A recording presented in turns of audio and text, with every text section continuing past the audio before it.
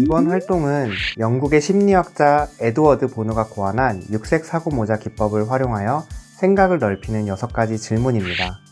6색 사고모자 기법은 평소에 내가 자주 사용하는 관점이 아니라 서로 다른 6가지 관점으로 질문을 받음으로써 다양한 사고를 할 수 있게 도와주는 기법입니다. 실제로 각 사고를 대표하는 색깔의 모자를 쓰고 회의를 진행하기도 하죠. 무엇이 있는지 살펴볼까요? 백색 모자는 객관적 사실, 빨강 모자는 주관적인 느낌과 직관, 검정 모자는 잠재적 문제, 노랑 모자는 긍정적 가치, 초록 모자는 새로운 대안, 해결책, 파랑 모자는 우리의 준비입니다. 효정님과 제가 모자를 번갈아 가며 써보도록 하면 좋겠는데 어떠신가요? 제가 먼저 백색 모자를 쓰고 답변을 해보겠습니다. 네, 좋습니다. 인공지능이라는 미래 기술을 중심에 놓고 해보죠. 인공지능에 대한 객관적인 사실은 무엇인가요? 인공지능은 인간의 사고와 학습 등 지적 능력을 컴퓨터로 구현하는 기술이라고 정의하고 있습니다.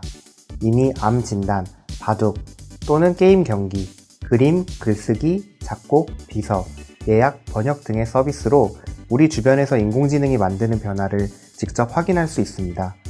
이런 인공지능을 보면 효정님은 어떤 느낌이 드시나요?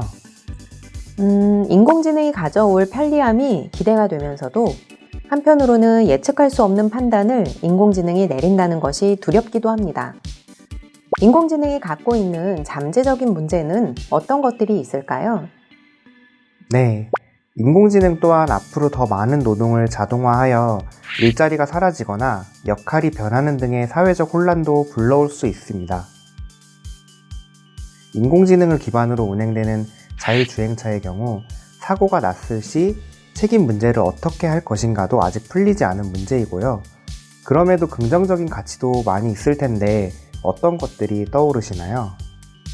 그동안 인간이 풀 수 없었거나 어려워했던 일들이 더 쉽게 풀리는 부분이 있을 것 같아요.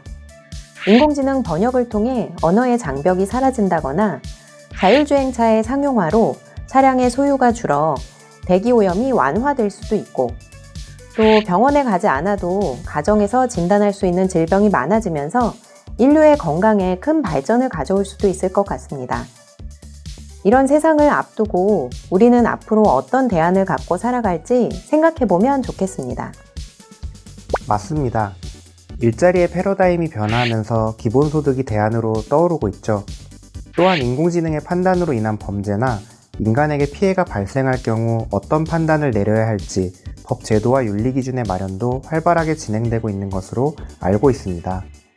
무엇보다 더 많은 사람들이 인공지능에 대한 제대로 된 이해와 미래에 대해 이렇게 다양한 관점으로 사고해 볼 수 있는 교육 기회를 갖는 것이 또 중요할 것 같습니다. 마지막으로 우리에게 필요한 준비는 무엇일까요, 효정님? 말씀하신 교육 기회를 제공하기 위해 관련 교육 프로그램을 개발하고 많은 곳에 확산하는 것이 우리가 해볼 수 있는 가장 중요한 미래의 준비가 아닐까 생각합니다. 소중한 의견 감사드립니다.